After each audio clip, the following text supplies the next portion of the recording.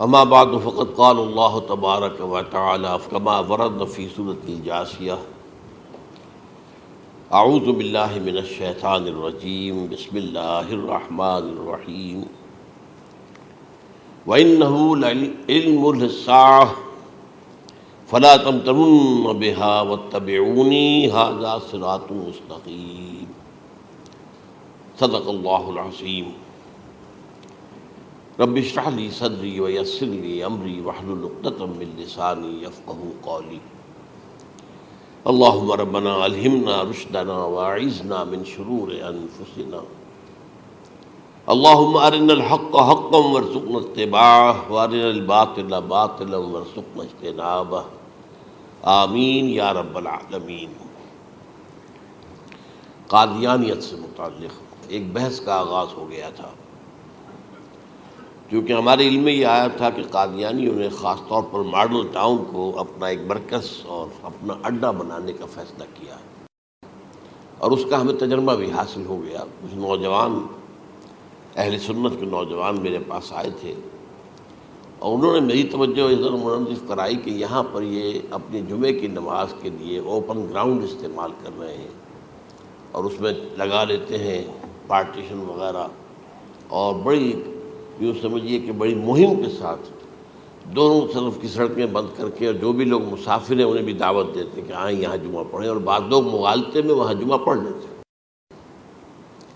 تو اس کے حوالے سے انہوں نے کوشش کی کہ کچھ نہ کچھ اس سلسلے میں، کیونکہ انہوں نے مجھے لا کر قانون دکھایا۔ پاکستان میں جو قانون نافذ ہے وہ یہ ہے، چاہے یہ کہ وہ نافذ نہیں ہے بالفعل، لیکن ہے قانون کی کتاب میں تو موجود ہے کہ قادیانی اپنے کوئی جو بھی ان کے نزدیک بھی ان کے مذہبی شاعر ہیں ان کو مسلمانوں کی شکل میں برملا علی الاعلان ادا نہیں کر سکتے، کیونکہ وہ تو دھوکہ دینی بات ہو گئی کہ لوگ سمجھیں گے یہ مسلمان ہی ہیں۔ اب جب انہیں، آپ کو معلوم ہے کہ ہماری پوری جو مرکزی اسمبلی تھی، نیشنل اسمبلی، اس کے فیصلے کے تحت قرار دیا گیا بالاتفاق کہ قادیانی غیر مسلم ہے، دائرہ اسلام سے خارج ہے۔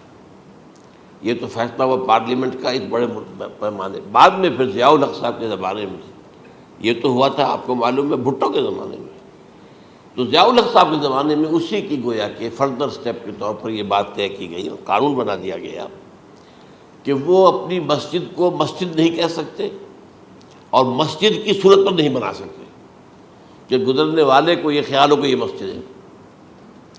اسی طرح وہ اگر کوئی اسلامی شاعر کا ارتکاب کریں گے علی الاعلان تو بھی یہ قابل تعزیر ہے، جرم ہے۔ وہ اپنے کئی احاطوں کے اندر، اپنے گھروں کے اندر جو چاہیں کریں، لیکن کھلے میدان میں آ کر جو شاعر اسلامی بہرحال ان لوگوں نے سب کچھ اڈاپٹ تو کر رکھا ہے۔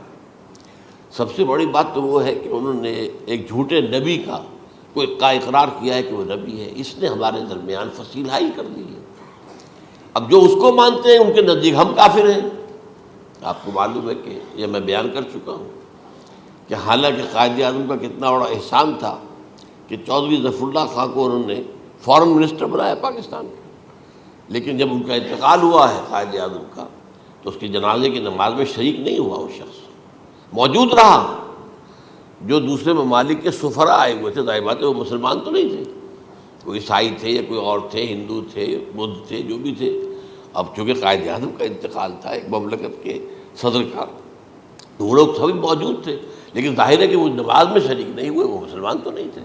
ان کے ساتھ کھڑا رہا یہ شخص، اس نے یہ بات، اور جب اس سے پوچھا گیا کہ تم شریک کیوں نہیں ہو تو اس نے کہا دیکھو بھائی، مجھے یا تو مسلمان سلطنت کا کافر وزیر سمجھ لو یا کافر سلطنت کا مسلمان وزیر سمجھ لو، میرے نزدیک یہ کافر سلطنت ہے، میں اس کا مسلمان وزیر ہوں چونکہ میں قادیانی ہوں۔ اب تمہارے نزدیک یہ اسلامی مملکت ہے تو میں کافر ہوں، پھر میں اس کی نماز کیسے پڑھوں؟ تو بہرحال ان چیزوں کی وجہ سے جو دھوکہ دینے والا معاملہ ہو گیا، ورنہ کوئی اور لوگ ہوں یہاں پہ، ہمیں ان سے تعارض نہیں ہے، عیسائی بھی ہیں، اپنی تبلیغ کرتے ہیں، کوئی خلاف ان کے رد عمل نہیں ہوتا، الا یہ کہ کہیں یہ واقعہ پیش آ جائے یا کوئی یعنی خام خواہ کو شوشہ کوئی شرارتی لوگ اٹھا لیں کہ انہوں نے قرآن کی یہ جو ہے بے حرمتی کی ہے، تو یہ تو پھر تحقیق سے معلوم ہو سکتا ہے کہ واقعہ کی تھی کہ نہیں کی تھی۔ لیکن ایک وقت میں جو اس پر تو ان کا احتجاج ہوتا ہے، لیکن یہ کہ ان کے جو ہے چرچ ہے ان کی ساری اور تبلیغ ان کی ہو رہی ہے اور بڑھ بھی رہی ہے تعداد ان کی، لیکن اس کے خلاف کوئی رد عمل تو ہمارے یہاں نہیں۔ تو یہ ہے اصل میں وہ بات۔ تو اس پر جو گفتگو شروع ہوئی تھی میں آج اس کی تکمیل کرنے جا رہا ہوں۔ حضرت عیسیٰ علیہ السلام کی دوبارہ آمد کا تعلق ہے، اس کے ضمن میں قرآن مجید میں جو نص قطعی ہے وہ نص قطعی یہ ہے اِنَّهُ لَعِلْمٌ لِلسَّاعَةِ فَلَا تَمْتَرُنَّ بِهَا۔ حضرت عیسیٰ کا ذکر ہوا ہے سورہ جاثیہ میں، اور وہاں فرمایا گیا ہے کہ یہ عیسیٰ کا دوبارہ آنا قیامت کی علامت ہوگا، یعنی کہ اب قیامت بالکل قریب آ گئی ہے۔ اِنَّهُ لَعِلْمٌ لِلسَّاعَةِ، علم حاصل ہوگا ان کی دوبارہ آمد پر کہ اب قیامت جو ہے وہ سر پر آ گئی ہے۔ اچھا، اس کے ایک اور جو ہے ذرا بالواسطہ دلائل جو قرآن مجید میں آئے ہیں، ایک ان میں سے یہ ہے کہ سورہ آل عمران میں جہاں حضرت مریم کو بشارت دے رہا تھا فرشتہ کہ آپ کے ہاں ایک بیٹا ہوگا، وہ بڑی حیران تھی کہ میرے ہاں کیسے بیٹا ہو جائے گا، ماں کن تو بغیہ، میں تو کوئی بدکار عورت تو نہیں ہوں، نہ میری کوئی شادی ہوئی ہے ابھی۔ تو اس میں جو باتیں بیان کی تھی فرشتے نے، وہ جو بیٹا ہوگا اس کی کیا شان ہوگی، اس میں یہ الفاظ بھی آتے ہیں وَيُكَلِّمُ النَّاسَ فِي الْمَهْدِ وَكَهْلًا، وہ باتیں کرے گا، لوگوں سے گفتگو کرے گا جبکہ وہ پنگھوڑے میں ہوگا، بچہ ہوگا، گود میں ہوگا، اور کہل کے وقت، کہل کہتے ہیں جب آدمی عمر میں جو ہے 40-45 کا کسی بھی اوپر ہو جائے، آپ پہلے طفل کہتے ہیں پھر جوان کہتے ہیں، وہ عربی زبان میں شاب کا لفظ آتا ہے، بہت جوان، بڑی اچھی صحت میں ہے، اس کے بعد پھر ظاہر بات ہے ڈھلوان شروع ہوتی ہے، یہ کہل ہے۔ جب بڑھاپے کے آثار شروع ہوتے ہیں، بال سفید ہونے شروع ہوتے ہیں تو یہ کہل، قبول۔ اب سوال یہ ہے اس گھوڑے میں بات کر دیں، یہ تو معجزہ ہے، لہذا اس کا ذکر یہاں پر مناسب ہے۔ یہ بڑے ہو کر بات کرنے کی کیا ضرورت تھی کہنے کی، وہ تو سبھی کرتے ہیں انسان، یہ اسی لیے کہ معلوم ہو کہ کہولت بھی انہیں آئے گی یار، حالانکہ آپ کو معلوم ہے سب مانتے ہیں، عیسائی بھی مانتے ہیں، سب مانتے ہیں، 33 برس کی عمر میں انہیں اٹھا لیا گیا، اس دور میں تو کہولت آئی نہیں، اس لیے قرآن ذکر کر رہا ہے۔ اور یہ بات جو ہے دوسری مرتبہ آئی ہے یہ سورہ المائدہ میں آیت نمبر 110 وَتُكَلِّمُ النَّاسَ فِي الْمَهْدِ وَكَهْلًا، صرف یہ ضمیر کا فرق ہے، وَيُكَلِّمُ النَّاسَ فِي الْمَهْدِ وَكَهْلًا، اور وَتُكَلِّمُ النَّاسَ فِي الْمَهْدِ وَكَهْلًا، یہ ہے جب قیامت کے دن اللہ تعالیٰ حضرت عیسیٰ سے سوال کریں گے، اے عیسیٰ ابن مریم، کیا تم نے میری اجازت سے اور میری تائید سے یہ معجزے نہیں دکھائے، یہ معجزے نہیں دکھائے، میں نے تم پر یہ فضل نہیں کیا؟ اور یہ گویا کہ بالواسطہ عیسیٰ کے ماننے والوں سے خطاب ہے کہ اللہ تعالیٰ کے کتنے بڑے بڑے احسان ہوئے، اور اسی میں تم بات کرتے تھے لوگوں سے پنگھوڑے کے اندر بھی اور کہولت کی عمر میں بھی، تو یہ کہولت کی عمر کب آئی؟ حضرت عیسیٰ علیہ السلام، تو اس کے بغیر تو ممکن ہی نہیں ہے کہ وہ دوبارہ دنیا میں آئیں، پھر ان کے اوپر وہ عمر آئے اور اس عمر کے اندر بھی وہ بات کریں گے۔ تو یہ میرے نزدیک قرآن مجید کے اندر دلائل ہیں اس چیز کے کہ حضرت عیسیٰ علیہ السلام کی دوبارہ جو ہے آمد ہوگی۔ اب اس ضمن میں چاہتا ہوں کہ آج خاص طور پر جو الساعہ کی اور جو علامتیں قرآن میں آئی ہیں، یہ ضمنی مضمون ہو جائے گا، لیکن بہرحال یہ بھی ایک معلوماتی مضمون ہے کہ ایک تو یہ قیامت کی بڑی نشانیوں میں سے حضرت عیسیٰ کا دوبارہ آنا، اور کیا کیا جو ہے باتیں بیان ہوئی ہیں وہ ذرا غور سے سن لیجیے۔ پہلی بات میں نے ہلکا سا حوالہ دیا تھا، ہم تو ایک لفظ قیامت بولتے ہیں، وہ قیامت جو ہے اتنا ہمارے نزدیک جامع لفظ ہے کہ جس میں وہ بھی جو زلزلۃ الساعہ آئے گا وہ بھی ہے، پھر جو نفخ روح، نفخ ساق ہوگا وہ بھی ہے، لیکن قرآن مجید سے معلوم ہوتا ہے کہ یہ الساعہ ہے، وہ گھڑی جس دن کے یہاں قیامت برپا ہوگی، زلزلہ آئے گا، شدید ترین حالات آئیں گے، فوری طور پر تمام انسان مر نہیں جائیں گے۔ جو ہے اس کا نقشہ جو کھینچا گیا ہے، یا ایھا الناس اتقوا ربکم ان زلزلۃ الساعۃ شیء عظیم یوم ترونها تذہل کل مرضعۃ عما ارضعت وتضع کل ذات حمل حملها وتری الناس سکارى وما هم بسکارى ولکن عذاب اللہ شدید۔ اے لوگوں ڈرو، اللہ کا تقوی اختیار کرو، اس لیے کہ قیامت کا زلزلہ بہت سخت شے ہے، بہت بھاری شے ہے۔ ان زلزلۃ الساعۃ شیء عظیم، جب پہاڑ چل رہے ہوں گے اور جو ہے انسان جو ہیں گے وہ جس طرح پروانے ہوتے ہیں، پتنگے ہوتے ہیں، ایسے اڑ رہے ہوں گے انسان، اور اس میں یہ بھی حال ہوگا کہ لوگ جو ہے ہر جو دودھ پلانے والی ہے وہ اپنے بچے کو بھول جائے گی۔ ظاہر بات ہے کہ اپنی پڑی ہوئی ہے مصیبت، حالانکہ سب سے زیادہ محبوب ترین شے دنیا میں اس سے اونچی محبت نہیں ہو سکتی جو ماں کو اپنے دودھ پیتے بچے سے ہوتی ہے، انہیں بھول جائے۔ تذہب کل مرضعۃ عما ارضعت، اور تمہیں ایسا محسوس ہوگا کہ لوگ کسی نشے کی کیفیت میں ہیں، یعنی وہ بدحواش ہیں، وہ بدحواس ہو گئے، لیکن یہ کہ وما هم بسکارى، اور وہ مدہوش نہیں ہوں گے، ولکن عذاب اللہ شدید۔ تو یہ ہے زلزلۃ الساعہ، وہ ایک خاص وقت جو ہے، ایک خاص گھڑی جس میں کہ یہ ہونا ہے۔ اس کے علاوہ قرآن مجید میں القارعہ، القارعہ والقارعہ وما ادراک ما القارعہ، یوم یکون الناس کالفراش المبثوث وتکون الجبال کالعہن المنفوش۔ اب یہ کیا ہے؟ یہ نقشہ قیامت، یہ وہی ہے الساعہ، القارعہ الساعہ۔ اسی کے ساتھ قرآن میں آتا ہے الواقعہ، اذا وقعت الواقعۃ لیس لوقعتها کاذبہ، تو یہ خافضۃ رافضہ، یہ الفاظ سورہ واقعہ میں ہے۔ اسی طریقے سے اور جو ہے الحاقہ، ما الحاقہ وما ادراک ما الحاقہ، یہ تمام جو الفاظ قرآن مجید میں آئے ہیں یہ آئے ہیں الساعہ کے لیے، قیامت کے لیے نہیں۔ قیامت میں بعد میں بتاؤں گا آپ کو۔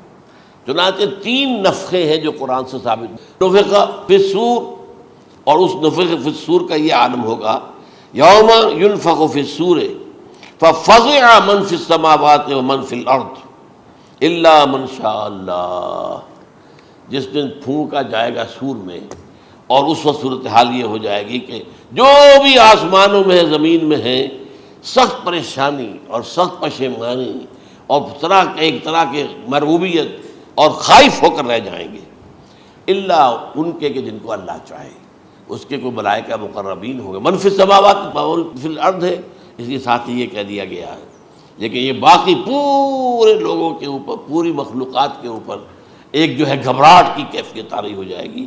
تو یہ ہے پہلا فضا۔ دوسرا فضا کیا ہے؟ فضا صعق، صعق کہتے ہیں آدمی کا بے ہوش ہو جانا۔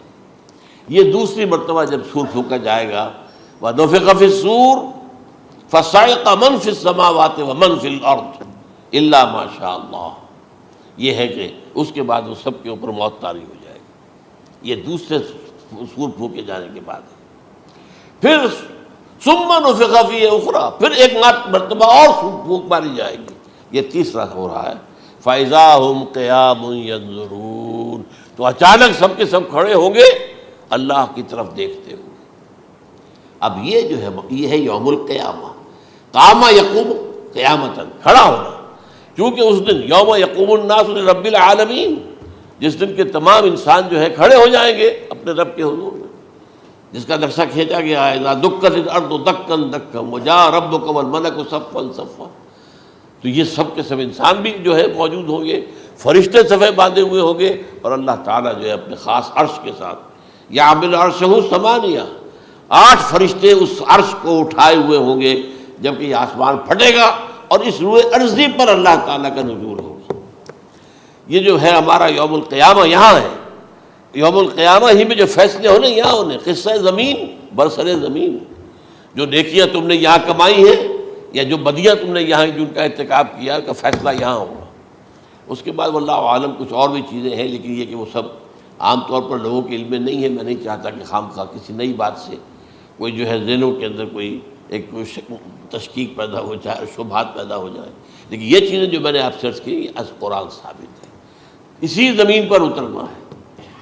وَجَاءَ رَبُّكَ وَالْمَلَكُ صَفًّا صَفًّا، یہ سب کے سب آئیں گے، اور ملائکہ، اور اس کے علاوہ جو ہے دوسرے مقامات پر جس کا نقشہ کھینچا گیا ہے سورۃ الحاقہ کے اندر ہے۔ اللہ کا عرش جو ہے 8 فرشتے اٹھائے ہوئے نیچے اتریں گے۔ تو یہ تمام چیزیں قرآن مجید میں مذکور ہیں، اور یوم القیامہ یہی ہوگا، لیکن وہ ہے یوم القیامہ۔ ہم قیامت کہتے ہیں اس کو جس کو قرآن کہتا ہے الساعہ، الزلزلہ، الحاقہ، القارعہ، الواقعہ، یہ ہے در حقیقت جو پہلا معاملہ ہے کہ اس کے اندر جو ہے فضا ہو جائے. اب دیکھیے جو علامات قیامت احادیث میں آئی ہیں وہ میں آج آپ کو سنا رہا ہوں. ان کو دو حصوں میں تقسیم کیا جاتا ہے، علامات صغریٰ، علامات کبریٰ. چھوٹی نشانیاں جو درجہ بدرجہ درجہ بدرجہ درجہ بدرجہ حاضر سامنے آئیں گے. ایک ہے بالکل قیامت سے متصل قبل بڑے جو خرق عادت واقعات ہوں گے وہ آئیں گے. اچھا، پہلی چیز کے سلسلے میں حضرت انس رضی اللہ تعالیٰ عنہ سے یہ مروی ہے اور یہ حدیث متفق علیہ ہے. پہلی علامت حضور نے بیان کی قیامت کی علامات میں سے. اب میں لفظ قیامت اسی معنی میں بول رہا ہوں جس میں کہ ہم عام طور پر بولتے ہیں. آپ نے فرمایا علم اٹھا لیا جائے گا، جہالت کا دورہ ہوگا. اب یہ کون سا علم اٹھایا جائے گا؟ سائنس کا علم نہیں، دین کا علم. آج تو ساری قدر و قیمت جو ہے جس کے لیے دوڑتے ہیں لوگ لاکھوں روپے کی فیسیں دے کر، ایم بی اے ہو رہے ہیں، یہ جو ہے اکاؤنٹنسی کا پاس کر رہے ہیں، یہ سی اے کر لیا ہے، یہ کوئی اور جو ہے فزکس میں کوئی کیمسٹری میں ڈاکٹریٹ کر لی ہے، ڈاکٹر بن گئے تو کیا ہی کہہ رہے ہیں. اس لیے کہ بڑی چیز جو پاکستان سے ایکسپورٹ ہوتی ہے وہ ڈاکٹر ہیں. جو اتنے بڑے پیمانے پر جو کالج کھلے ہوئے، 3 لاکھ روپے ایک سال کی فیس، 5 لاکھ روپے ایک سال کی فیس. یہ کیوں لیتے ہیں اور کیوں لوگ دیتے ہیں؟ کہ موقع مل جاتا ہے ایم بی بی ایس کر کے. امریکہ کے اندر بھی ڈیمانڈ ہے، ان کے ہاں ڈاکٹر جو ہیں جتنے ہونے چاہیے نہیں ہے، لہذا اور بھی بہت سی جگہوں پر ڈیمانڈ ہے. تو جس چیز کی مارکیٹ میں ڈیمانڈ ہے وہ علم ہے. آج علم کمپیوٹر کا علم ہے یہ. حالانکہ ان میں سے کسی کے اوپر لفظ علم کا اطلاق میرے نزدیک غلط ہے، جہالت ہے. علم وہ ہے جو ذہن کو جلا دے، جو سوچ کو جلا دے، روشنی پیدا کرے، دماغی روشنی، وسعت دے، انسان کے فکر کو وسعت دے، اس کے ذہنی جو ہے جو افق ہے اس کو وسیع کرے. علم تو وہ ہے جو حقیقت کے کیا علم بھی اس سے عطا فرمائے. قرآن ہے، حدیث ہے، باقی اور چیزیں جو اس سلسلے میں آ سکتی ہیں وہ ہے کہ جو قرآن اور حدیث کی سمجھنے میں مومن ہوں اور زیادہ جو ہے اس کے تک فہم کو آسان کر دیں. لیکن یہ کہ فرمایا علم اٹھا لیا جائے گا، جہالت کو فروغ ہوگا. ظاہر بات ہے ایک ہی بات ہوئی ہے.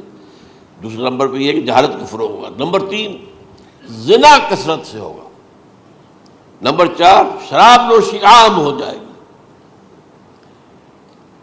نمبر 5 عورتوں کی تعداد بہت زیادہ ہو جائے گی، مردوں کی تعداد کم ہو جائے گی. یہاں تک کہ 50 عورتوں کا خیر خبر کرنے والا، کوئی نگرانی کرنے والا، وہ ایک مرد. اچھا، یہ تو ہے ایک حدیث جو میں نے آپ کو بیان کر دی، متفق علیہ. یہ بخاری اور مسلم دونوں میں ہے. دوسری حدیث بخاری کی ہے، اس کو حضرت ابو ہریرہ رضی اللہ تعالیٰ عنہ نے روایت فرمایا ہے. قیامت آئے گی جب امانت ضائع ہو جائے گی. آج ہمارے ہاں امانت کے ضائع ہونے کا جو نقشہ ہے شاید پوری دنیا میں کہیں اور نہیں. جس طرح کے غبن یہاں ہوتے ہیں، جس طرح کک بیکس جو ہے وہ لیے جاتے ہیں. اس غریب یعنی قوم غریب ہے لیکن یہاں وہ امیر بہت بڑے بڑے لوگ ہیں. وہ تو دنیا بھر کے ٹاپ کے امیروں کے اندر ان کا شمار ہو جائے گا. لیکن یہ کہ یہ سب امیر کیسے بنے؟ غبن بلین آف ڈالرز کا. اب تو اس سے کم کی تو بات ہی نہیں ہوتی. فلاں نے اتنے بلین جو ہے پیسے اپنا جو ہے قرضہ معاف کرا لیا. بھائی کس نے کیا، کون کرتا ہے معاف؟ یہ کسی کے باپ کی جاگیر ہے؟ یہ پیسہ بینک کے اندر حکومت کا ہے کہ حکومت کو اختیار ہو کے وہ رائٹ آف کر دے ان کے جو ہے ان کی جائیدادیں کرو ضبط. لیکن ہوتا کیا ہے، بینک آفیسر بے ایمان ہے. وہ کہتا تھا 1 کروڑ کا قرضہ لے جاؤ، 10 لاکھ مجھے دے جاؤ، چاہے تم میرے پاس کوئی ڈاکومنٹ جو ہے ایسے نہیں دے سکتے. حالانکہ ہونا چاہیے، اتنا بڑا قرضہ لے رہے ہو تو ڈاکومنٹس یہاں پر ہمارے سامنے لاؤ کہ اگر تم نہ دے سکو تو ہم ان ڈاکومنٹس کے ذریعے سے تمہاری جائیداد، تمہاری کوئی جاگیر، تمہاری کوئی اور چیز اس پر قبضہ کریں. جب وہ وقت آتا ہے دیکھتے تو یہ ڈاکومنٹس ہی فیک ہیں. اللہ خرچ کیا کرے گا کوئی؟ بینک کا باپ بھی واپس نہیں لے سکتا. اور یہ سب کس کی بے ایمانی ہے؟ وہ جو بیٹھا ہوا بینک مینیجر، سارا سودا اس کے مابین ہوتا ہے. کہ 1 کروڑ ہے نا، 10 لاکھ مجھے دو، 90 تم لے جاؤ، باقی یہ کہ ٹھیک ہے میں تمہارے جو ڈاکومنٹس تم پیش کر رہے اس میں کوئی اعتراض نہیں کرتا، بس جاؤ۔ اور نمبر 2، حکومت نااہلوں کے سپرد ہو جائے گی۔ یہ ہے امام بخاری کی روایت کردہ روایت جو حضرت ابو ہریرہ سے۔ مسلم شریف میں ابو ہریرہ رضی اللہ تعالیٰ عنہ سے ایک اور روایت ہے، مال عام ہو جائے گا یہاں تک کہ زکوٰۃ قبول کرنے والا کوئی نہ ہوگا۔ یہ بات وہ ہے جو آج سعودی عرب اور UAE کے اندر آپ کثرت سے دیکھ سکتے ہیں۔ دولت جو ہے وہ ریل پیل، ابھی تھوڑا سا آیا ہے معاملہ خاص طور پر دبئی میں، کیونکہ وہاں بہت زیادہ کنسٹرکشن ہو رہی تھی، تو پوری دنیا میں آپ کو معلوم ہے کہ جو ریئل اسٹیٹ کہلاتا ہے اس کا حال بہت پتلا ہے، لیکن وہاں کے دولت ریل پیل ہے ہر جگہ پر۔ اور سب سے اہم متفق علیہ روایت، متفق علیہ کیا، وہ تو حضرت عمر سے بھی مروی ہے، ابن عمر سے بھی مروی ہے، ابن عباس سے بھی مروی ہے، ابو ہریرہ سے بھی مروی ہے، عبداللہ ابن مسعود سے بھی مروی ہے رضی اللہ تعالیٰ عنہ اجمعین۔ اور یہ وہ حدیث ہے جسے کہا جائے حدیث جبرائیل، جسے ام السنہ بھی کہا گیا۔ اس میں جو آخری سوال کیا حضرت جبرائیل نے حضور سے، چوتھا، پہلا یہ تھا کہ اسلام کیا ہے مجھے بتائیے، ایمان کیا ہے اس کی حقیقت کیا ہے یہ مجھے بتائیے، تیسرا احسان کیا ہے یہ بتائیے، چوتھا یہ کہ قیامت کے بارے میں بتائیے کب ہوگی۔ حضور نے فرمایا کہ اس کے بارے میں جس سے سوال کیا جا رہا ہے وہ اس سے زیادہ نہیں جانتا جو کہ سوال کر رہا ہے۔ اب اس کے کئی مفہوم ہو سکتے ہیں کہ بہرحال یا تو حضرت، چونکہ بعد میں معلوم ہوا کہ حضور نے پہچانا نہیں کہ یہ جبرائیل ہے، بلکہ جب سوال جواب ہو کر وہ چلا گیا شخص تو اچانک حضور کے ذرا ردو ہو ہی لیا، ذرا بلانا اس کو دوبارہ لانا۔ اب جو دیکھا کہ یہ وجود ہی نہیں اس کا، آسمان نے اس کو اچک لیا، زمین نے نگل لیا، کیا ہوا ہے؟ پھر آپ نے او یہ جبرائیل تھے جو تمہیں تمہارا دین سکھانے آئے تھے، جبکہ تم سوال نہیں کر رہے ہو۔ یہ بڑے بیسک کوسچن تھے، اس لیے کہ دنیا کے ہمارا نظام اسلام پر ہے، ایمان پر نہیں ہے، اس لیے کہ ایمان کو ویریفائی کر ہی نہیں سکتے۔ کیسے پتہ ہوگا اس میں ایمان ہے یا نہیں ہے؟ کوئی آلہ نہیں ہے، کوئی الیکٹروکارڈیوگرام ابھی تک ایسا نہیں ہے، کوئی جو ہے اور جو طریقے چل رہے ہیں وہ تو ان کے ذریعے سے یہ تو نہیں معلوم ہو سکتا ایمان ہے کہ نہیں۔ لہذا یہاں کا سارا نظام اسلام پر ہے، شہادت اللہ الہ الا اللہ وان محمد رسول اللہ، پھر ایک نظام بنا دیا، وإقام الصلاۃ وإیتاء الزکوٰۃ وصوم رمضان وحج البیت۔ اس میں بھی یہ ہے کہ اگر کوئی نماز کو نہیں مانتا تو کافر ہوگا، لیکن نماز پڑھتا نہیں ہے تو کافر نہیں ہے، فاسق ہے، فاجر ہے، گناہ گار ہے، کمزور مسلمان ہے۔ اس طرح زکوٰۃ کا منکر ہو جائے گا تو وہ کافر ہوگا، لیکن زکوٰۃ دے نہیں رہا ہے تو یہ گویا کہ گناہ گاری ہے، کمزوری ہے۔ تو اس حوالے سے نوٹ کر دیجئے کہ یہاں کا دنیا کا سارا اسلامی نظام اور سارا کانسٹیٹیوشنل اور لیگل سسٹم جو ہے اسلام کا وہ اقرار باللسان پر ہے، ایمان ہے وہ کہ جس کی بنیاد پر وہاں فیصلے ہوں گے۔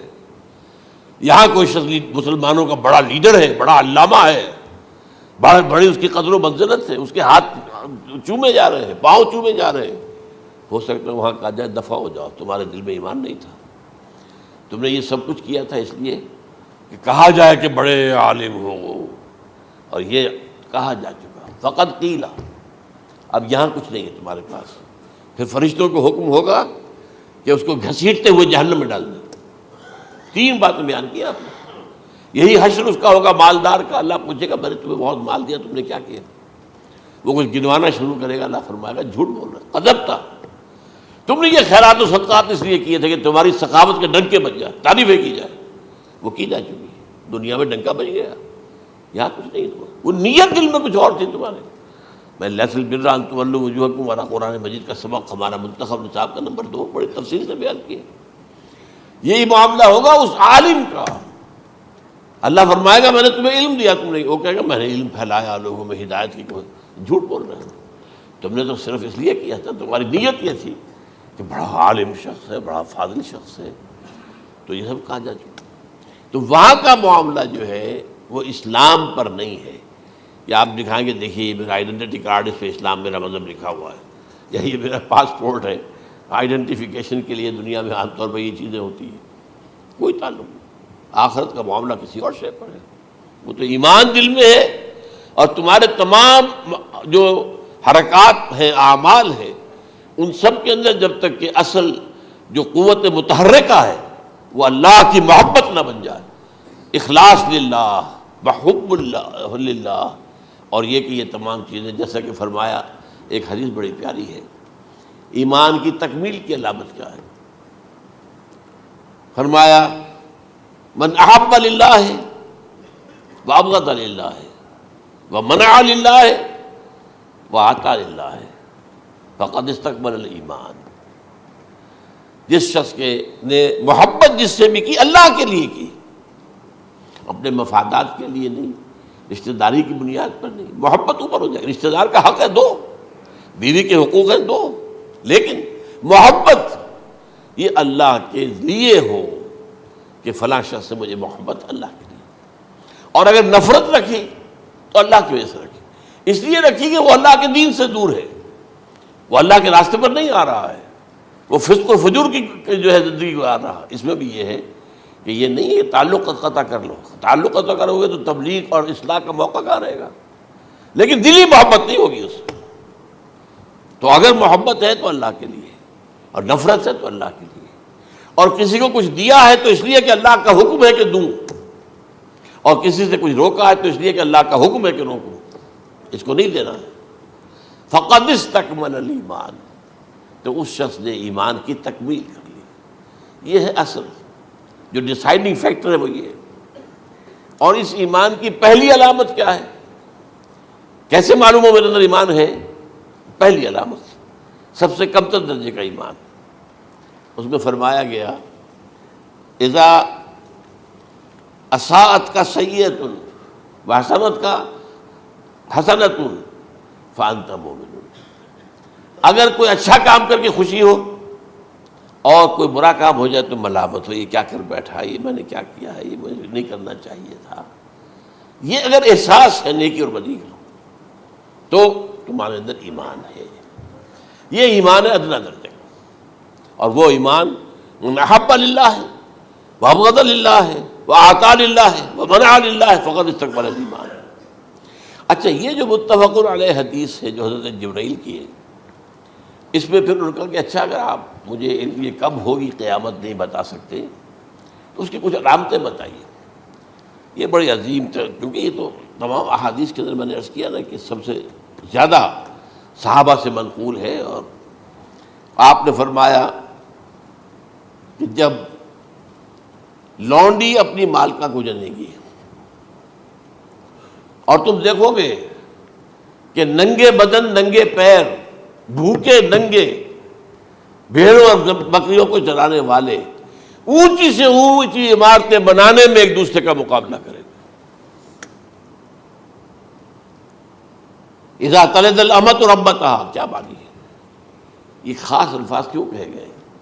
اولاد والدین کے سامنے دب کر رہتی تھی، کبھی سینہ تان کر بات نہیں کرتے تھے. ٹھیک ہے، کوئی بات آپ مان نہیں سکتے، ابا جان یہ بات تو میں نہیں کر سکتا. یا فرض کیجئے کہ وہ آپ کو کسی نیکی سے روک رہے ہیں، کسی دینی کام سے روک رہے ہیں، ابا جان یہ تو میں نہیں کروں گا، یہ تو دین کا فرض ہے. یہ کہیں آپ، اور ڈٹ کر کہیں اور جمیں اس پر، لیکن یہ کہ کوئی سرکشی کا انداز نہ ہو. ایسا نہ ہو کہ اپنے جناب سینے کو تان کر کے کھڑے ہو جائے، میں نہیں کروں گا، یہ نہیں، یہ غلط ہو جائے. اچھا، اولاد میں بیٹی جو ہوتی تھی وہ زیادہ سبارڈینیٹ، سبمسو، بات ماننے والی، کہیں بھی سر اونچا نہ کرنے والی. اور آخری دور میں کیا ہوگا؟ بیٹیوں سے مائیں ڈریں گی، انہیں ٹوک نہیں سکتی کسی بات پر، پتہ نہیں کیا بک دے، کیا بکواس کر دے. یہ تو ہمارے ہاں ہو گیا ہے، باہر کیا ہے وہ تو آپ یہ بھی نہیں پوچھ سکتے. آپ کی 13 برس کی لڑکی آئی ہے رات کو 1 بجے، نہیں پوچھ سکتے کہاں رہی ہو، یہ رات کہاں گزاری، پوچھ ہی نہیں سکتے. یہ پوچھنا بھی جرم ہے.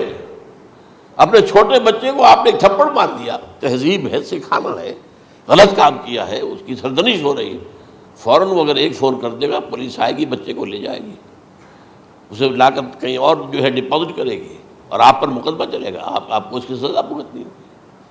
ظاہر بات ہے کہ پھر وہاں سرکشی کا کیا عالم ہوگا. پھر اولاد کہاں سر جھکائے گی، کس درجے میں جھکائے گی؟ اس کی تربیت عثمانی میں ہوئی نہیں. تو ان تلد الامۃ ربتہا، گویا کہ بیٹی کے نزدیک ماں جو ہے وہ ایسی ہو جائے گی جیسے لونڈی. گویا کہ لونڈی نے ایک اپنی مالکہ کو جنم دیا ہے، بیٹی مالکہ بن جائے گی اور ماں جو ہے لونڈی بن جائے گی، اور دولت کے ریل پیل کا ابھرتا دکان، یہ جو بھوکے ننگے اور مفلس، کیا حال تھا 100 برس پہلے، انہیں کھانے کو کچھ نہیں ملتا تھا۔ یہ مشرقی ساحل پر تھے، یہ سوائے یہ کہ مچھلیاں پکڑ لی، اللہ خیر اللہ وہ کھا لی، یا کہیں ان کو بیچ دیا، کوئی بنڈی لگ گئی، بنڈی لگ جاتی تھی وہاں، اور کیا تھا۔ اور مغربی ساحل پہ کیا ہوتا تھا، ساری ان کی معیشت حج کے گرد گھومتی تھی، حاجی آئے ہیں، خریداریاں کر رہے ہیں، اور آپ کو معلوم ہے پوری دنیا سے مال پہلے بھی پہنچتا تھا وہاں، آپ کو جو ہے ہر ملک کے ہر کونے کا پھل وہاں مل جائے گا آج بھی۔ اور وہاں پر یہ ہے کہ سب سے بڑی بدوؤں کے لیے سب سے بڑی بات کیا تھی، قربانی کا گوشت، اسے وہ سکھاتے تھے، سخت چمڑے کر کے کھاتے تھے، یہ ان کا حل تھا۔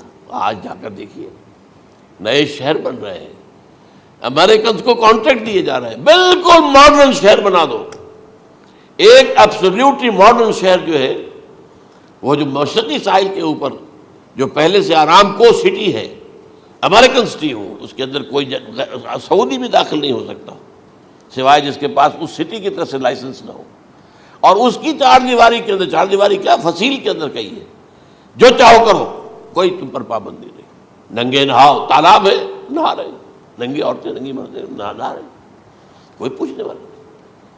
اب اسی قسم کا ایک سٹی آباد ہونا جا رہا ہے مغربی ساحل پر، جدہ اور ینبوع کے درمیان، اور اس میں اصل میں جتنی بھی دولت ہے جو پیٹرول کی ہے، وہ وہیں پر رکھ لی جاتی ہے امریکہ کے اندر، تاکہ امریکہ جو ہے ایسے ایسے پروجیکٹ بنا کر جب تمہیں دے گا تو اس میں سے پیسے لے گا، وہ نہیں ملتی ان کو واپس۔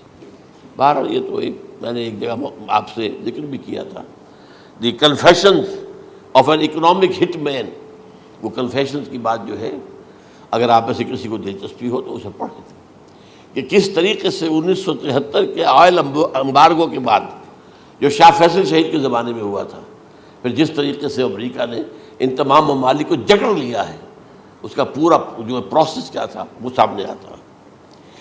بہرحال اس کے بعد آتا ہے علامات کبریٰ کا ذکر، بڑی علامتیں جو کہ بالکل خرق عادت کے انداز میں ہوگی، جن کا معاملہ جو ہے وہ آپ کے ناپ تول میں نہیں آ سکتا، آپ کی کیمسٹری فزکس اس کا جو ہے وہ نہیں کر سکتی، ادراک ہوگا یہ قیامت کی۔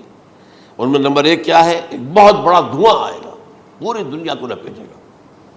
نمبر 2 دجال کا ظہور ہوگا، جو اپنی خدائی کا دعویٰ لے کر آئے گا اور بنوائے گا، اس کے ہاتھ میں ہو جائیں گے، قبضے میں ہو جائیں گے سارے ذرائع پیداوار کے، اس کی طرف بھی پہلا قدم اٹھ چکا ہو، ٹرپس کے نام سے معاہدہ ہو چکا ہے، کوئی ملک اپنا بیج پیدا نہیں کر سکتا ہو، یہ بیج ہم نے ڈیولپ کیے ہیں، ان کے ڈیولپمنٹ سے پہلے تم ایک ایکڑ سے کتنی گندم لیتے تھے، آج کتنی لے رہے ہو، کس بنا پر؟ جینیٹکس کا جو کام ہم نے کیا ہے اس کی بنا پر ہو رہا، ہاں تو ہمارا حق ہے، اس کی رائلٹی ہمارے پاس آنی چاہیے، لہذا صرف ان اداروں سے، ملٹی نیشنل سے خریدا جائے گا بیج، اور بیج بھی وہ دیں گے وہ کہ جس سے جو فصل اگے گی وہ بیج نہیں لا سکتی، وہ بیج کا کام نہیں کر سکتی۔ جیسے آپ کو معلوم ہے کہ آپ کے ہاں جو گوشت کھایا جاتا ہے مرغے کا، تو مرغا وہ جو ہے اس میں مرغا ہو یا مرغی ہو، اس کے اندر کوئی وہ کیفیت ہی نہیں ہے، ان کے انڈے جو ہے ان سے آپ بچے حاصل نہیں کر سکتے، ہے تو انڈا، دیکھنے کو تو انڈا ہے، لیکن وہ بنڈا جو ہے اس سے بچہ تو نہیں حاصل کر سکتے۔ ایسے ہی وہ گندم کا بیج لیں گے، نظر آئے گی گندم، لیکن اس کے اندر وہ صلاحیت نہیں ہے کہ اس سے جو فصل اگے گی اس کا نتیجہ جو ہے وہ بھی آپ لے سکیں۔ یہ ہونا ہے، اللہ جانے، قدم اٹھ رہے ہیں ادھر۔ پھر یہ ہے کہ دابۃ الارض، زمین سے ایک حیوان نمودار ہوگا، زمین شق ہوگی۔ ابھی میں کہہ رہا ہوں خرق عادت ہے، یہ چیزیں وہ نہیں ہیں جو ہماری کسی حساب کتاب میں جو باتیں پہلے آئی ہیں وہ تو حساب کتاب میں آ رہی ہیں، ساری سمجھ میں آ رہی ہیں، ساری چیزیں مشاہدہ ان کا ہو رہا ہے، لیکن یہ ہے کہ دابۃ الارض، یہ کہتے ہیں کہ کوہ صفا، اس میں تو نہیں ہے حدیث میں، کوہ صفا پھٹے گا اور اس میں سے ایک حیوان دابہ وہ ظاہر ہوگا، تو اسی لیے فرمایا ہے وَإِذَا وَقَعَ الْقَوْلُ عَلَيْهِمْ أَخْرَجْنَا لَهُمْ دَابَّةً مِّنَ الْأَرْضِ تُكَلِّمُهُمْ، تو ہم اندر سے پیٹ کے چیر کر زمین کے پیٹ کو ایک حیوان کو برآمد کریں گے جو انسانوں سے بات کرے گا، گفتگو کرے گا۔ نمبر 4 طلوع الشمس من المغرب، یہ بھی خرق عادت، سورج تو طلوع ہوتا ہے مشرق سے، غروب ہوتا ہے مغرب میں، لیکن اس وقت معاملہ الٹا ہو جائے، یعنی جو کائنات کے اندر جو گڑبڑ ہوگی کچھ سمجھ میں بات آتی ہے کہ یہ معاملہ جو ہے یہ تو اس پورے سولر سسٹم کو اگر بدل دیتے ہیں تو مشرق مغرب ہو جانا، مغرب مشرق ہو جانا، یہ بالکل سمجھ میں آنے والی بات ہے۔ اس کے بعد ہے عیسیٰ ابن مریم کا نزول، جس کے بارے میں آج میں نے گفتگو کی ہے تفصیل سے۔ یہ نزول ہونا ہے، یہ علامات قیامت میں سے حضور نے بیان فرمایا ہے، اور قرآن مجید کی جو اصطلاحات ہیں اس کے حوالے سے میں نص قطعی جو ہے وہ میں آپ کے سامنے رکھ چکا ہوں۔ پھر یاجوج ماجوج کا ایک معاملہ ہے، یہ میں ابھی اس وقت زیادہ اس پر بات نہیں کر سکتا۔ حضرت عیسیٰ علیہ السلام کے نزول کے بعد 2 کام ہوں گے، یہودیوں کا قلع قمع ختم، تمام یہود، ایک کام تو یہ ہونا ہے، اور نمبر 2 عیسائیت کا ختم ہو جانا، عیسائیت کی نفی کر دیں گے، بھائی میں تم مجھے خدا کا بیٹا بنائے بیٹھے ہو، میں تم خدا کا بیٹا نہیں ہوں، میں تو اس کا بندہ ہوں، رسول ہوں، میں نے تم سے کب کہا تھا کہ مجھے خدا کا بیٹا بناؤ۔ نمبر 2 یہ کہ وہ خنزیر کو قتل کر دیں گے، یعنی یہ تم نے خنزیر کب سے کھانا شروع کر دیا، میں تو تم کو نکاح اجازت دے کر گیا تھا، یہ تو شریعت موسوی میں حرام تھا، اور میں کہہ کر گیا تھا کہ یہی شریعت تم پر لاگو رہے گی، ہاؤ کم، تم نے کیسے لی؟ آج بھی بہت سے رومن کیتھولکس جو ہے وہ سور نہیں کھاتے، وہ اس میں ہے ان کے اندر کچھ نہ کچھ بعض جو ہے جو حضرت عیسیٰ کی تعلیمات کا کچھ اثر ان کے ہاں ہے۔ میں تو ایک مرتبہ، یہ 1971 کی بات ہے، 4-5 دن کے لیے برسلز میں رکا تھا، اس لیے کہ وہاں مجھے ایک صاحب نے خط لکھا تھا کہ وہاں ایک نوجوان ہے، ابھی اس میں ایمان لایا ہے، اور اس کے کچھ مسائل ہیں، ہم کوشش کر رہے ہیں ان کے مسائل حل کریں، آپ بھی جا رہے ہیں۔ میں انگلینڈ جا رہا تھا تو واپسی پر آپ ان کے یہاں چند دن ٹھہرے، میں حیران ہوا، ویسے اس نے مجھے اپنے گھر ٹھہرایا نہیں، اس لیے کہ ماں باپ تو اس کے کرسچن تھے، اور پولیس کا چیف آفیسر اس کا باپ تھا، چیف آف پولیس فورس۔ اس نے مجھ سے 1 دن کھانے پہ بلایا، میں ہوٹل میں ٹھہرایا مجھے، اس نے کہا آپ اطمینان سے یہاں کھانا کھائیں، اس گھر میں نہ آج تک کوئی شراب کی بوند آئی ہے اور نہ ہی کوئی بوٹی آئی ہے سور کی۔ رومن کیتھولکس، اب اکلوتا بیٹا تھا یہ عبدالعزیز، اس نے بعد میں نام رکھا، وان کینٹر اس کا نام تھا جو کہ اوریجنل تھا، پھر اس نے نام رکھا عبدالعزیز وان کینٹر، پرانا نام بھی بہرحال رکھا، نہایت نیک، نہایت خوبصورت، 28 سال کی عمر تھی، اور اس وقت میں نے دیکھا تھا کہ اس کی فقہی معلومات جو ہے میری معلومات سے 10 گنا زیادہ۔ اس کی وجہ کیا ہے؟ وہ گیا تھا موراکو میں ایز اے ٹیچر ملازمت کرنے، پیسہ کمانے، وہاں وہ مسلمانوں سے اس کا ہوا ربط ضبط ہوا، اسلام کی تعلیمات سامنے آئی، اسلام لے آیا، اب اکلوتا بیٹا ہے، اور ماں باپ جو ہے کرسچن کیتھولکس۔ جب وہاں سے واپس آیا تو پھر کہتے ہیں کہ ہمارے درمیان ایک معاہدہ ہے، وی آر لیونگ ٹوگیدر، لیکن یہ معاہدہ ہے ہم مذہب پہ بات نہیں کریں گے، بس باقی جو بھی ہے وہ ساتھ رہ رہے ہیں۔ لیکن میں حیران ہوا، مجھے معلوم نہیں تھا۔ اچھا، اس کے بعد اس نے جب اسلام کا فیصلہ کیا تو اس کے سامنے سوال آیا کون سی فقہ اختیار کروں، تو اس نے بڑی جو ہے تھورو اسٹڈی کی ہے تمام فقہوں کی، کمپیریٹو اسٹڈی، ان کو کرنے کے بعد پھر فائنل فیصلہ اس کا یہ تھا کہ حنبلی فقہ میں اختیار کروں۔ 4 فقہوں میں سب سے لیٹسٹ حنبلی ہے، یعنی حنفی نمبر 1، پھر مالکی نمبر 2، پھر اس کے بعد شافعی نمبر 3، پھر یہ امام احمد ابن حنبل ہے۔ اور امام احمد ابن حنبل کے زمانے تک احادیث بہت بڑے پیمانے پر جمع ہو چکی تھی، جبکہ ابھی حضرت امام ابو حنیفہ کے زمانے میں کوئی اتنا زیادہ جو ہے حدیث کا بھی ذخیرہ نہیں بنا تھا۔ اسی پر تو لوگ حیران ہوتے ہیں کہ زیادہ حدیث امام ابو حنیفہ کے علم میں نہیں تھی، لیکن بجال ہے کہ ان کا کوئی فتویٰ جو ہے کتاب و حدیث کے، کتاب اور سنت کے خلاف ہو، اگرچہ انہوں نے صاف کہا کہ اگر تم پاؤ کوئی ایسی سچی حدیث، پختہ حدیث جو میری کسی رائے کے خلاف ہو تو میری رائے کو دیوار پر دے مارنا اور اس صحیح حدیث کی پیروی کرنا۔ لیکن ویسے اس کے بعد یہ کمال یہ ہے کہ بہت ہی کوئی شاذ معاملہ ہے کہ جس میں ان کا کوئی فتویٰ وہ کتاب و سنت کے منافی ہو یا سنت کے منافی ہو۔ کتاب پہ تو سوال پیدا نہیں ہوتا، کتاب تو ساری ان کے سامنے موجود تھی۔ اس کے بعد یہ ہے کہ یاجوج ماجوج، اصل میں بتا رہا تھا آپ کو کہ جب عیسائیت بھی ختم ہو گئی یہود ویسے ختم ہو گئے، استیصال ہو گیا، جڑ کٹ گئی۔ اب عیسائیت گویا کہ اسلام میں ضم ہو گئی، عیسائیت مذہب ختم، یہودی خود ختم۔ اب یہ طاقت کتنی ہو جائے گی؟ تقریباً 2/3 دنیا آ گئی، تمام۔ اب عیسائی 2 ارب کے قریب ہیں، 1 ارب 90 کروڑ ہوں گے، یا مسلمان بھی 1 کروڑ 50-60 لاکھ ہیں، دونوں کو جوڑ لیجیے کتنے ہو گئے؟ 6 ارب کل آبادی ہے۔ لیکن اس کے بعد آتا ہے یاجوج ماجوج کا خروج۔ یہ یاجوج ماجوج میرے نزدیک چائنا اور رشیا ہے، ان کی مجموعی طاقت اتنی ہوگی، اور یہ اس طرح آئیں گے ہر اونچائی پر سے اترتے ہوئے، پھسلتے ہوئے۔ جیسے 1962 میں جب وار ہوئی تھی بٹوین چائنا اینڈ انڈیا 1962 میں، تو وہ اس وقت کا نقشہ جو آج بھی اخبارات میں پڑھتا تھا تو یاد، waves after waves of Chinese soldiers were coming down the slopes of Himalayas۔ یہ تو وہ ہے نا جن کی تعداد کا کوئی حساب نہیں ہے۔ اور رشیا اور یہ مل کر جو ہے، میرا اندازہ یہ ہے کہ جب پہلے ملحمۃ العظمیٰ ہوگی وہ عیسائیوں اور مسلمانوں کے درمیان، اس وقت یہ دونوں پاورز نیوٹرل رہیں گی، لیکن غالباً یہ بات طے کر لیں گی کہ ویپنز آف ورلڈ جو ہے ماس ڈسٹرکشن، یہ استعمال مت کرنا۔ اگر یہ ویپنز آف ماس ڈسٹرکشن استعمال کرو گے تو ہم میدان میں آ جائیں گے۔ اس میں وہ جنگ جب ہو چکے گی، پھر حضرت عیسیٰ کو فتح حاصل ہو جائے گی، اور پھر یہ کہ یہودیت ختم ہو جائے گی، عیسائیت بطور مذہب ختم ہو کر اسلام میں ضم ہو جائے گا، پھر وہ 40 برس کا عہد حکومت ہے حضرت عیسیٰ علیہ السلام۔ لیکن جب یہ فتح ہو جائے گی ان پر، اب یاجوج ماجوج آئیں گے، اور اتنی تعداد میں آئیں گے کہ بحیرہ طبریہ جو ہے اس کا سارا پانی پی جائیں گے۔ یہ تو اگر آپ کو کبھی اندازہ ہو یا کوئی آپ جانیں ان لوگوں کو جو ان چینیوں سے واقف ہیں، وہ کہتے ہیں زمین پر ہلتی ہوئی کوئی چیزوں سے وہ چوری چھوڑ کے کھا جائیں گے۔ جہاں وہ جاتے ہیں ایز اے لیبرر، وہاں کے جو سارے کتے ہیں ختم، ساری بلیاں ختم، ہر شے، وہ جو سانپ کھاتے ہیں، ہر چیز کھاتے ہیں۔ اور یہ تمام ایسٹرن کنٹریز کے اندر ہوتا ہے، بڑی ڈیلیشس ڈشز ہیں یہ سانپ وغیرہ وغیرہ، اور یہ جس طرح کھا جائے، پانی پی جائے، ایک قطرہ نہیں رہے گا اس پر۔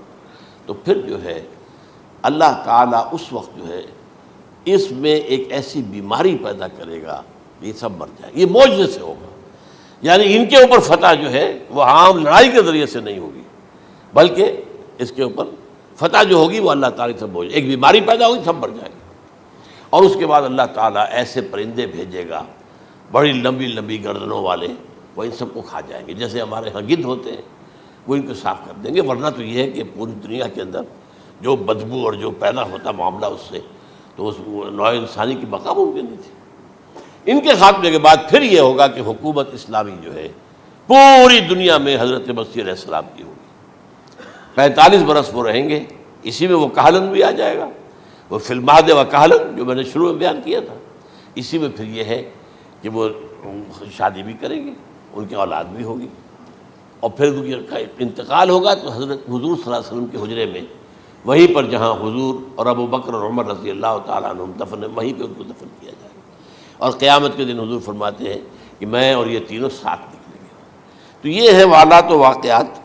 بہرحال اس میں یہ ہے کہ یہ نوٹ کر لیجئے کہ جہاں تک ہمارے ہاں آج کل کا معاملہ ہے، میرے نزدیک میں یہ کہنے پر مجبور ہوں، جو رفع و نزول مسیح کو نہیں مانتا وہ کم سے کم منکر حدیث ضرور ہے۔ میں اس سے کم کا فتویٰ نہیں دے سکتا۔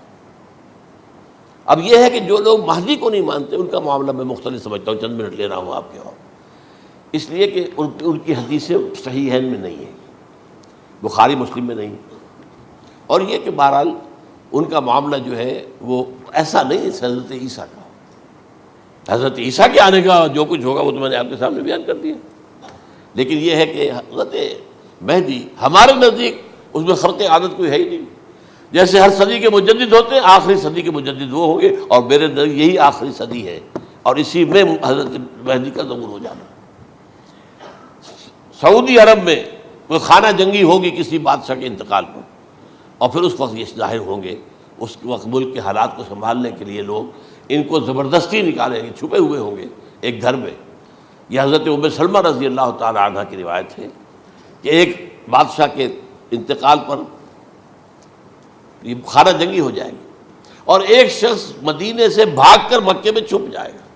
یہ تو ہے ان کے الفاظ، میں توجیہ کر رہا ہوں. یہ لوگ ان کی طرف دیکھ رہے ہوں گے کہ یہ جو وقت آیا ہے فتنے کا ہماری قوم پر، ہمارے ملک پر، تو ان کی شخصیت ایسی ہے کہ یہ بیچ میں آئیں، صلح صفائی کرائیں، اور وہ جو ہے اس ذمہ داری سے بچ کر بھاگیں گے اور جا کر مکے میں چھپ جائیں گے.